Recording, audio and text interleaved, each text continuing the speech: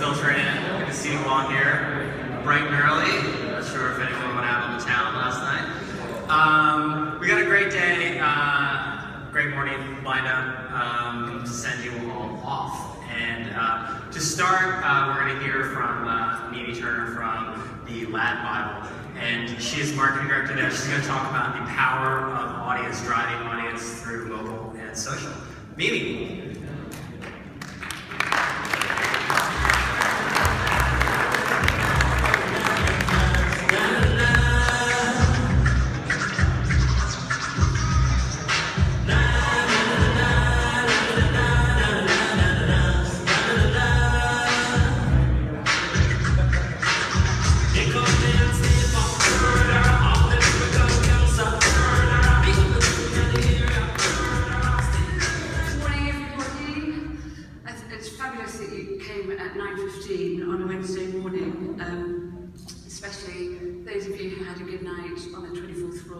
Yesterday. My name is Mimi Turner. I'm the marketing director of the Lad Bible, and I'd like to talk a little bit today about audiences, because audiences are a prerequisite for all of us in this room. And I'd like to talk about audiences from the perspective of a business that has built a very large audience in a relatively short time. So the Lad Bible is followed on social, just on Facebook actually, by 50% of the entire UK 18 to 24-year-old male population.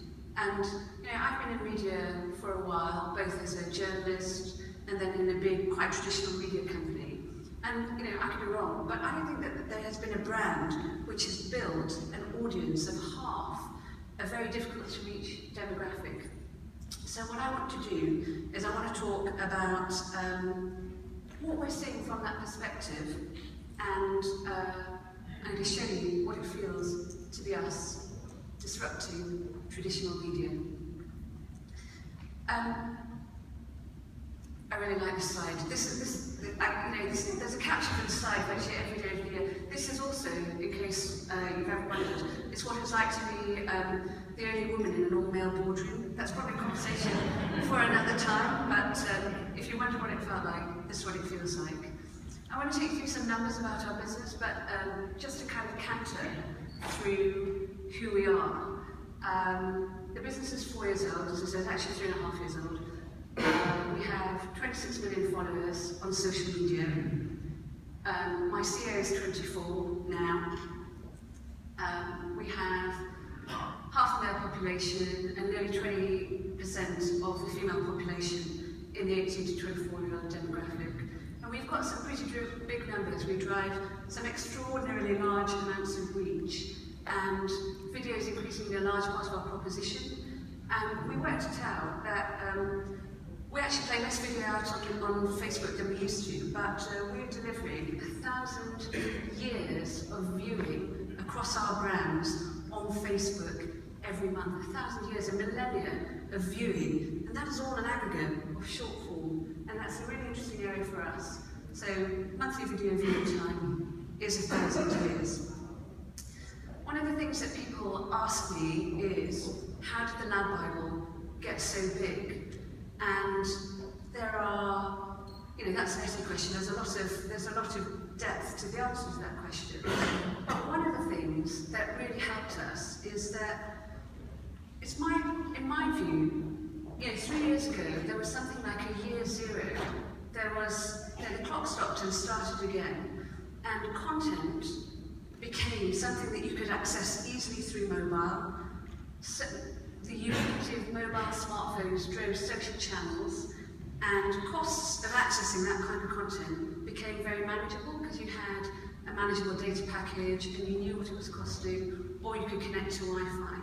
And these three things together became a kind of crucible for a business like ours, because what it meant is it showed that for the first time, what human beings really like to do is we like to talk to people who we have things in common with. And this was a real shift, and it was a real change from what I would like to call traditional media, which is really, in a market of limited supply, some authorities will come and tell you what they think you ought to know. And it turns out that while that was all there was, that was what human beings did, but now that there is a bigger, there is much more availability of choice, we spend our time talking to people that we have things in common with. And I think that we're going to see that far more as we go forward. So, one of the things we are seeing is an absolute generational shift in what users consume. And, you know, and that's what makes me think that the future is not going to resemble the past. We can't always look at the past for lessons about the future. This is a chart which tells you two things. The UK media regulator Ofcom has every year gives out a report on the communications industry, and this year they put the report out on Twitter.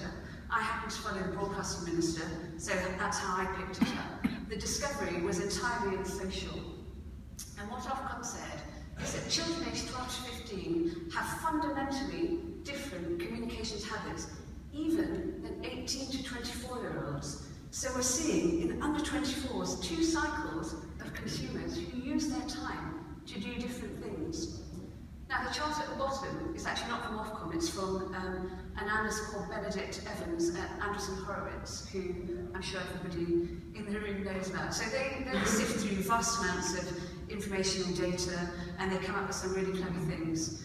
And one of the things they did is they asked children, 11 to 15-year-olds, if you had to give up some of your technology, what would you miss the most?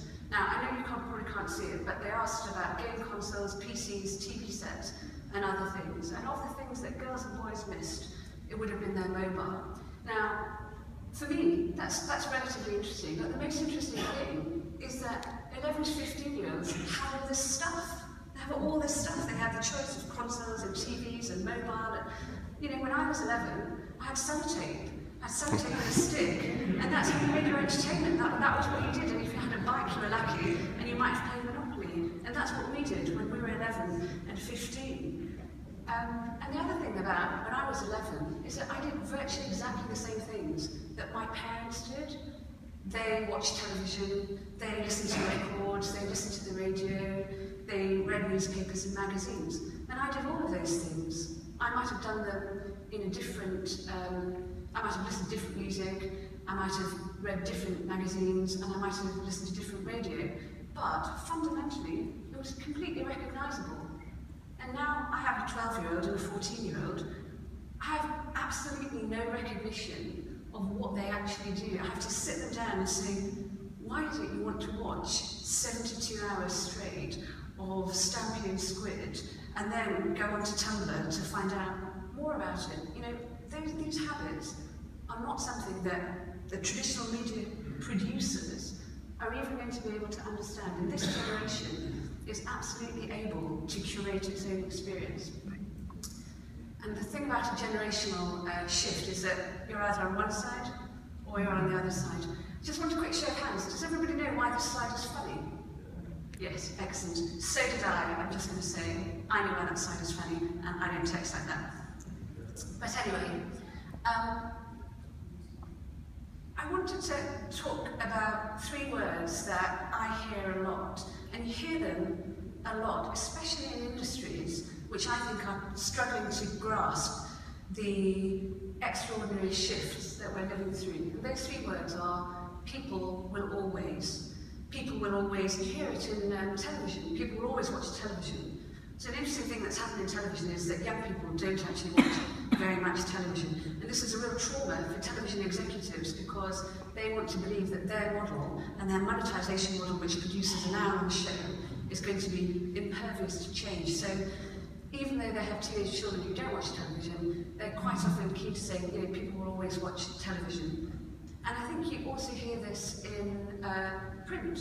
People will always read newspapers. People will always read magazines. Well, you know, I think there's a bit of a debate about that because I think that the economics of distribution of a product that has to be in a shop by 7 o'clock in the morning and is stale by 2:30 in the afternoon means that if you're on print, you're in the baguette business. You make baguettes and you distribute baguettes. You're in the tracks and highways business. You're not actually in the content business. What I want to tell you about this picture is this is a horse and cart-driven ice cart. In England, in the 1820s, if you wanted ice delivered to your house, the ice cart would come to you twice a day in the winter and maybe 4 times a day in the summer, and they would deliver blocks of ice to your house. So if you're a private house, or if you were a fishmonger, this is how it came. And the ice industry is really interesting because, first of all, it started in the early 1800s, and frozen canal ice would come to London, but then it turned out that frozen canal ice was really polluted and it had dead dogs and human excrements, and it was really unpleasantly not the kind of thing you wanted to use to make ice cream. So people imported ice from Norway. Norway, clean lake ice became something that came to the UK. And by the mid-1850s, Norway was exporting 1 million tons of ice. And Norway had gone from clean ice in lakes to artificial lakes to a really complex distribution system by which the ice came from Norway, came to Rotherhithe, came up the canal system to London, and was stored in an ice pit. Ice pits 60 feet across, 100 feet deep, is where these guys would go in, bring up the ice and distribute it. It was a very complex global supply chain, and people invested a lot of money in all the infrastructure to supply it. And you know, the reason they did is because I think they made the bet. I think they made a bet that people will always need ice. People always need ice. You've got to be incredibly sympathetic to that model, because it turned out that actually people didn't always need ice. People needed to keep things cold. And by 1920, American households had refrigeration, and the ice business was decimated, never to come again. And what I think is interesting about this is that disruption is not something that comes along when something amazing replaces something that was, you know, crappy all the time. Disruption happens when something simple comes along and it displaces a very complex, very elegant, very powerful, very human, very thought through business model. And I think all of us who are in this industry are creating and recreating, constantly shifting complex ecosystems, and I think we have to just be quite careful that we know whether we're in the ice business or whether we're in the keeping things cold business, because those two businesses started off the same and then they moved away from each other.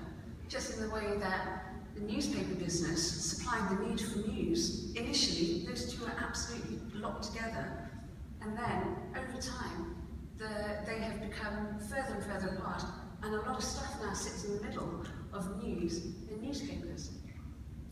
So